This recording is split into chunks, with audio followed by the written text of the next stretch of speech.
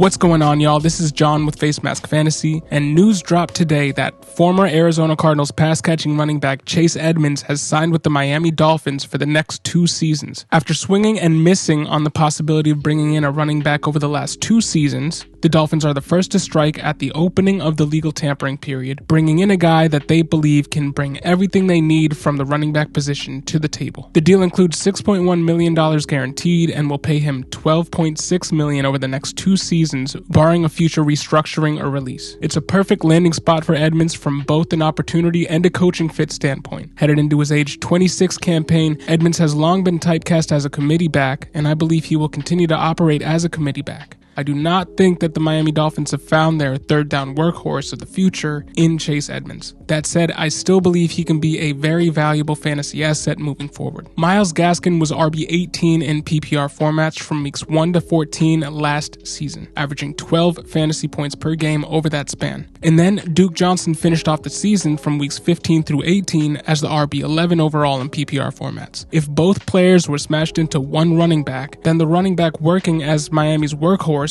in a 3-headed committee finished as a high-end RB2 by season's end. Duke Johnson had more fantasy points per game than Gaskin, albeit in a smaller sample size, but both were considered to be pass-catching options in a committee backfield, and both offered enough versatility in multiple phases of the offensive game plan to keep their fantasy owners happy for the most part in weeks where they saw the majority of the backfield touches through the air and on the ground. So how does this relate to Chase Edmonds? He finished as the RB34 last year in PPR formats, but was the RB19 through the first 7 weeks of the season while splitting work with red zone ball hog James Conner. Chase Edmonds will be coming to a lesser offense from a fantasy points generated standpoint, but he'll have considerably less competition for goal line work and minimal competition for passing work in the short to intermediate areas of the field. This should even out to him being a high-end RB2 in fantasy once again for however long he can stay healthy. Now Myles Gaskin is still there, Salvon Ahmed is still there, and Jared Dokes is still there. All 3 are signed for 1 more season. And Lynn Bowden is still there, and he's signed for the next 2 seasons, which should mean Edmonds will continue to work in a committee of sorts, thus limiting his overall upside in the short to long term. And this should even out with him being a high-end RB2 in fantasy once again for however long he can stay healthy.